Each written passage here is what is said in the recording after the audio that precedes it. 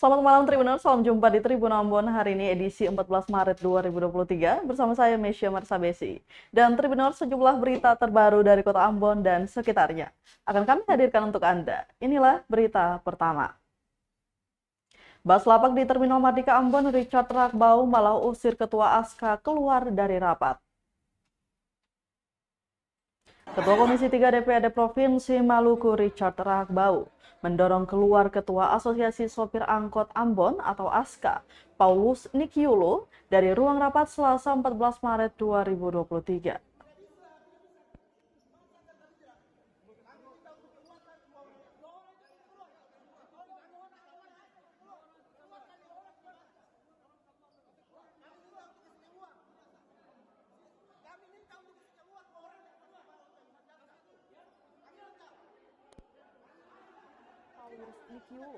Dari ruang rapat Selasa 14 Maret 2023. Padahal rapat dengar pendapat itu membahas lapak yang berada dalam Terminal Mardika Ambon. Pantauan tribunambon.com beberapa menit setelah rapat yang dimulai pukul 2 siang, Ketua ASKA ditarik keluar dari ruang rapat. Richard Rakbau ikut mendorong keluar Nikiulu dan dengan suara lantang menyuruh keluar.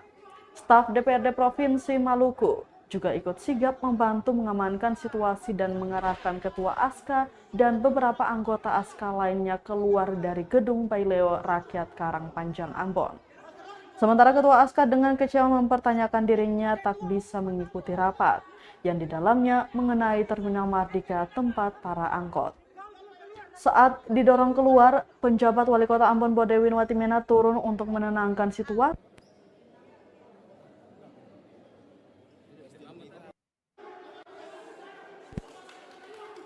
Dirinya dikeluarkan karena tak ada nama dalam undangan. Nikiulu bingung, yang diundang malah anggota ASKA. Nikiulu menilai yang diundang hanyalah yang pro terhadap pembangunan lapak, sementara ASKA menolak pembangunan lapak di dalam terminal yang diperuntukkan bagi angkot. Diketahui Tribuners, rapat diikuti Ketua Asosiasi Pedagang Pasar Mardika atau APMA Alham Paleo, PT Bumi Perkasa Timur atau BPT, penjabat Wali Kota Ambon Bodewin Watimena dan juga dari pemerintah Provinsi Maluku, serta digelar oleh Komisi 3 DPRD Provinsi Maluku. Sementara beberapa pintu masuk ruang paripurna juga ikut dijaga oleh Satpol PP maupun pegawai DPRD Maluku. SBT habis itu ketemu gimana? Ya kita pahami, kita kemarin saya cek di botnya begini Bu. Kan kemarin kita punya tuntutan kepada ketemu kalau dalam agenda lain.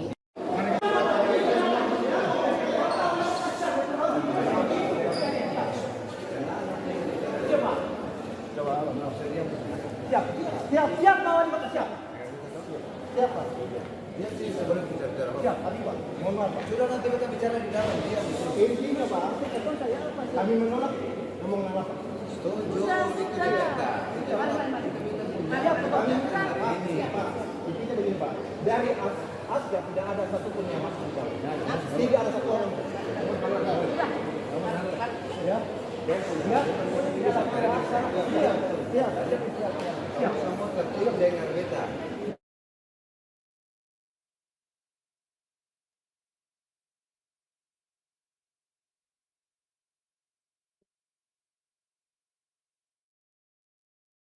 Terima kasih banyak atas antusias dalam mengawal kasus HAM yang terjadi di Maluku. Kasus-kasus kejahatan 2 tahun belakangan 2022 sampai 2023 hari ini. Kasus-kasus konflik sosial yang terjadi di Maluku Tengah, yang terjadi di Maluku Tenggara, kasus-kasus pelecehan yang terjadi di Kita ke berita selanjutnya, Tribuners. Banyak konflik tak diusut tuntas, Solidaritas Pemuda Maluku minta Kapolda Maluku dicopot. Solidaritas Pemuda Maluku yang terdiri dari Rumah Muda Anti Korupsi atau RUMI, FKPM SBT Forum Komunikasi Pemuda dan Mahasiswa Seram Bagian Timur atau FKPM SBT, dan Revolusi Beta Kudeta atau RBK, mendesak Kapolri segera mencopot Kapolda Maluku Irjen Pol Lotaria Latif. Hal ini terkait banyaknya rentetan konflik yang terjadi di Provinsi Maluku terkesan dibiarkan oleh pihak penegak hukum. Berikut ini kasus yang belum terselesaikan yang dimaksud. Pertama, pada tanggal 6 Oktober dan 12 November 2022, terjadi konflik di Maluku Tenggara.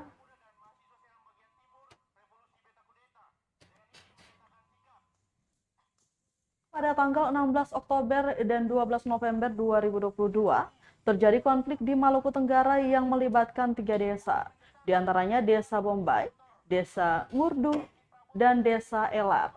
Tercatat 2 orang meninggal dunia dan 55 orang terluka. Pada tanggal 15 Februari 2022 diduga terjadinya penembakan yang mengakibatkan 1 orang warga Hulaliu meninggal dunia. Ketiga, pada tanggal 9 November 2022, lagi-lagi terjadi konflik di Maluku yang melibatkan konflik antara warga Kailolo dan warga Kei, sehingga mengakibatkan beberapa warga mengalami luka-luka berat dan beberapa bangunan dirusak dan dibakar. Keempat, konflik terjadi pada tanggal 1 Februari 2023, konflik antara warga Kota Tual yang mengakibatkan 13 orang mengalami luka-luka, termasuk 3 orang anggota kepolisian, kemudian beberapa harta benda serta toko dan bangunan dibakar massa. Kelima, konflik kembali terjadi antara 2 kelompok pemuda pada tanggal 15 Januari 2022. Korban dianiaya, korban mengalami luka serius di bagian kepala dan meninggal dunia. Tanggal 27 Januari 2023 yang mengakibatkan 1 warga wakal ditembak dan meninggal dunia. Keenam, kasus ruda paksa di Kabupaten Seram bagian timur yang melibatkan pimpinan tinggi DPRD yang belum dapat diselesaikan hingga hari ini oleh pihak Kapolres yang bersangkutan.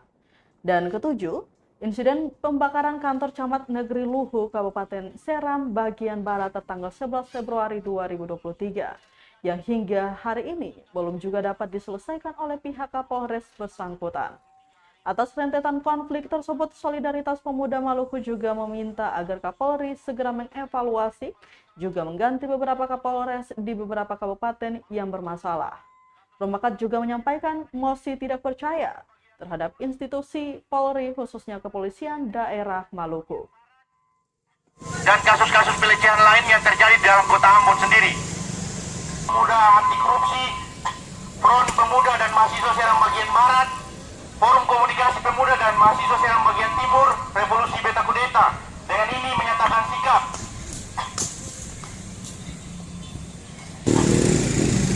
Dengan ini bersama menyatakan sikap antara lain yang pertama, kami mendesak Kapolri Jenderal Polisi Dr. Andos Listio Sigit Prabowo. Kita beralih ke berita lainnya. Tribuners, 2.807 pelajar di Maluku ikut Olimpiade Sains FMIPA Universitas Patimura tahun 2023. 2.807 pelajar dari berbagai kota kabupaten di Maluku ikut Olimpiade Sains 2023. Olimpiade yang digelar oleh Fakultas Matematika dan Ilmu Pengetahuan Alam atau FMIPA Universitas Patimura ini berlangsung di Gedung Auditorium Unpati dan Gedung FMIPA. Pantauan tribunambon.com di lokasi terlihat ribuan siswa antusias dalam mengikuti Olimpiade tersebut. Mereka juga didampingi oleh para guru dan orang tua yang hadir untuk memberi dukungan. Dekan FMIPA Unpati, Peter Kakisina, mengatakan dilihat dari peserta yang meningkat 100%, menunjukkan bahwa kecintaan akan ilmu sains dan matematika sangat tinggi di Maluku. Dirinya berharap lewat Olimpiade ini dapat terus memacu semangat belajar dari para siswa-siswi di Maluku. Sementara itu, Tribuners, salah seorang guru pendamping dari SMA Negeri 39 Maluku Tengah, Anita Tuasela, mengaku anak-anak didiknya yang menjadi peserta sangat bersemangat Olimpiade Sains 2023. Mereka mengikuti Olimpiade ini bukan semata-mata mencari prestasi, namun juga untuk mengukur kemampuan belajar mereka selama ini.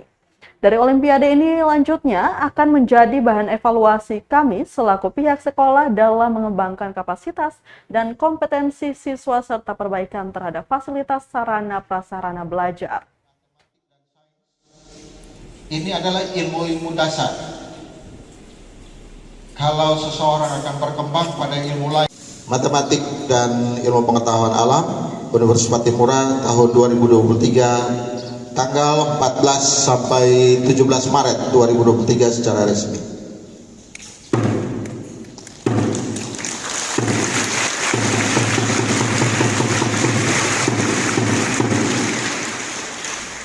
Terima kasih kepada Bapak.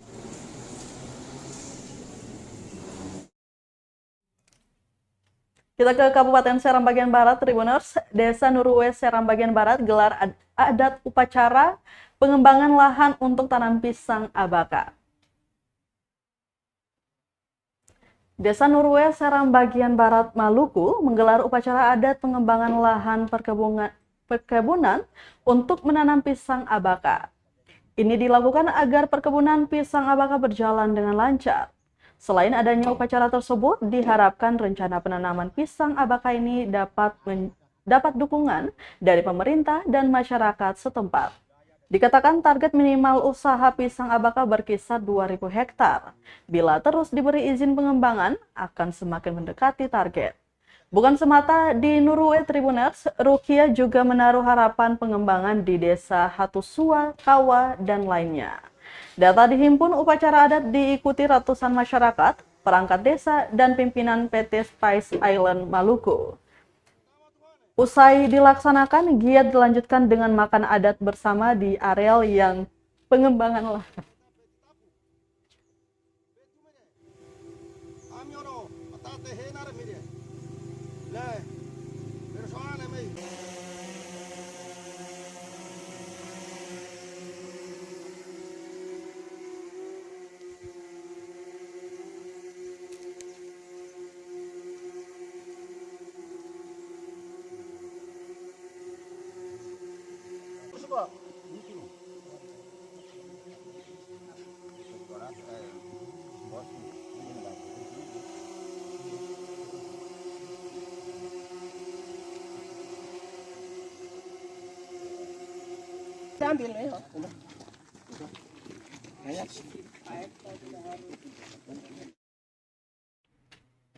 Kita beralih ke berita terakhir, Tribuners. Topang ekonomi masyarakat Kepala Desa Nuruwe targetkan 1.000 hektar tanam pisang abaka.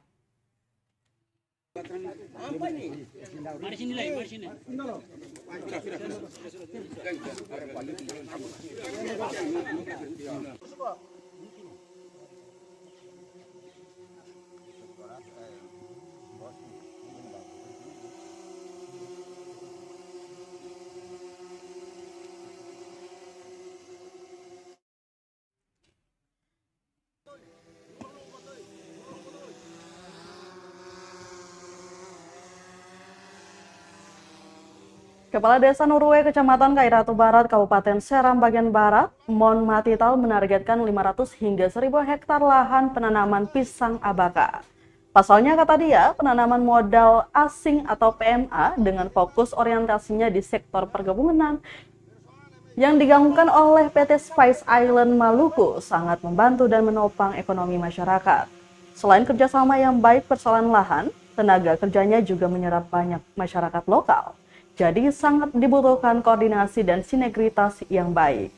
Ia mengaku hingga detik ini terdapat 150 masyarakat yang direkrut untuk menjadi tenaga kerja di perkebunan pisang abaka. Matital menegaskan masyarakat secara kolektif mendukung kehadiran pisang abaka dan PT Spice Island Maluku di Desa Nuruwe.